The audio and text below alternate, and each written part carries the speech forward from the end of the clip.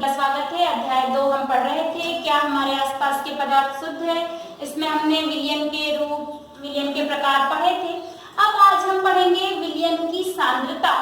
तो विलयन की सांद्रता से क्या तात्पर्य है। सबसे पहले तो हम इसको जानें कि विलयन के सांद्रता का अर्थ क्या होता है। विलयन की सांद्रता अर्थात किसी विलयन में मौजूद विलेय पदार्थ की मात्रा के आधार पर विलयन की सांद्रता ज्ञात की जाती है। विलयन में कितना विलेय पदार्थ घुला है उसके आधार पर विलयन की सांद्रता ज्ञात की जाती है तथा इसी आधार पर इसे तनु, सांद्र या संतृप्त असंतृप्त घोल कहा जा सकता है।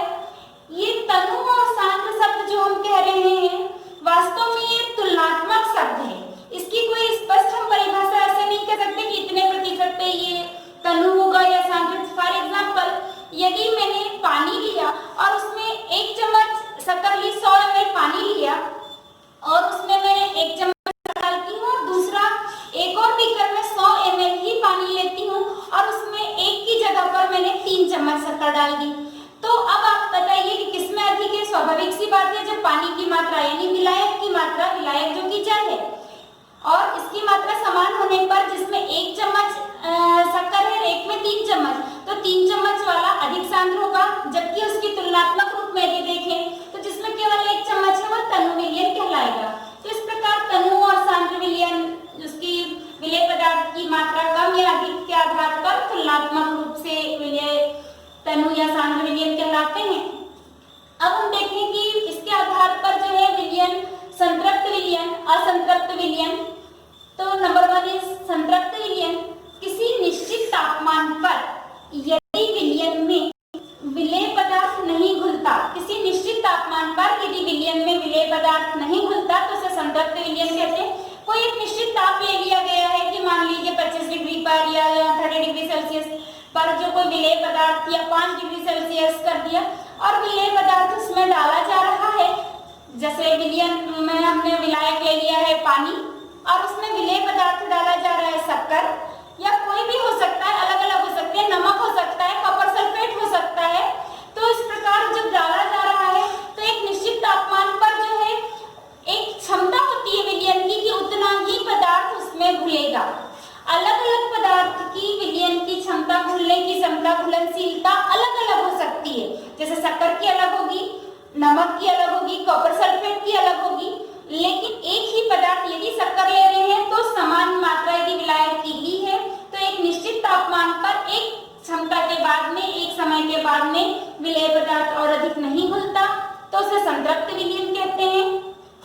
जबकि असंतृप्त विलयन, यदि विलयन में विलेय पदार्थ की मात्रा संतृप्त स्तर से कम हो, संतृप्त स्तर जितना है उसका कि इतने डिग्री सेल्सियस पर मान लीजिए कि उसमें 5 चम्मच शक्कर या 10 ग्राम शक्कर घुलती है तो उस पर यदि 10 ग्राम नहीं घुली, अभी हमने 7 ही ग्राम घुले, तो ऐसे विलयन को क्या कहेंगे, असंतृप्त विलयन कहते हैं। यानी जब संतृप्त स्तर से भी कम मात्रा जब उसमें हो तो विलेय पदार्थ की, तब उसे असंतृप्त विलयन कहा जाता है। जबकि अति संतृप्त भी होता है, जब संतृप्त विलयन जो है इतना 10 ग्राम मान लीजिए शक्कर घुलती है उसमें 100 ml में, उस निश्चित तापमान पर 10 की जगह हमने और किसी प्रकार से उसमें 12 चम्मच घोल दी गई है, 10 ग्राम की जगह 12 ग्राम हो गई है, तो वह अति संतृप्त कहलाता है। आपको अभी सिर्फ संतृप्त और असंतृप्त विलयन पढ़ना है। फिर विलयन की सांद्रता, हमने अभी तो इसका अर्थ जाना था, लेकिन गणितीय रूप में जब हमें सांद्रता मालूम करनी है तब हम कैसे ज्ञात करेंगे।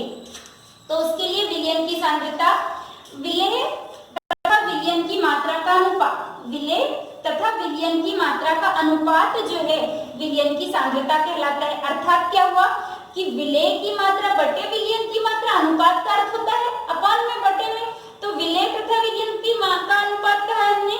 तो इस प्रकार से हम लिखेंगे कि विलयन की सांद्रता बराबर विलेय की मात्रा बटे विलयन की मात्रा। तो इस प्रकार हम विलयन की सांद्रता फाइंड आउट कर सकते हैं। अब विलयन की सांद्रता दर्शाने की कई विधियां हैं।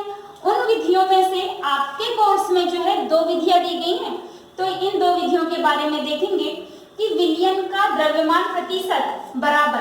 अब आपको केवल ये एक सूत्र आपने याद कर लिया, विलयन की सांद्रता की परिभाषा यदि याद कर ली तो परिभाषा से अपने आप सूत्र बनता है कि विलयन की सांद्रता बराबर विलेय की मात्रा बटे विलयन की मात्रा।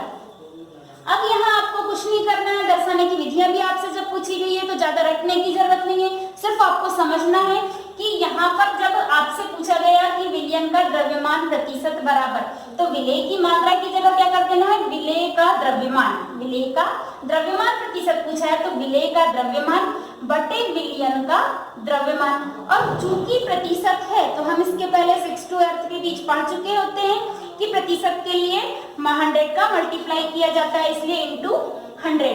तो इस प्रकार जो है प्रतिशत मात्रा फाइंड आउट कर सकते हैं, निकाल सकते हैं। और इसकी जगह द्रव्यमान की जगह आयतन प्रतिशत पूछ लिया, जैसे दूसरी विधि में दिया है विलयन का आयतन प्रतिशत, तो यहाँ पे भी कुछ नहीं, हमको एक सूत्र हमने जो याद किया था वही है, सिर्फ विलेय का आयतन कर देना है हमको। विलेय का आयतन द्रव्यमान की जगह अब क्या आ जाएगा, विलेय का आयतन बटे विलयन का आयतन गुणित जो है 100, क्यों, क्योंकि प्रतिशत पूछा गया है, गुणित 100।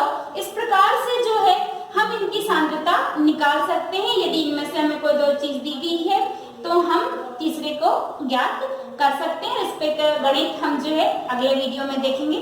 जय हिंद, जय भारत।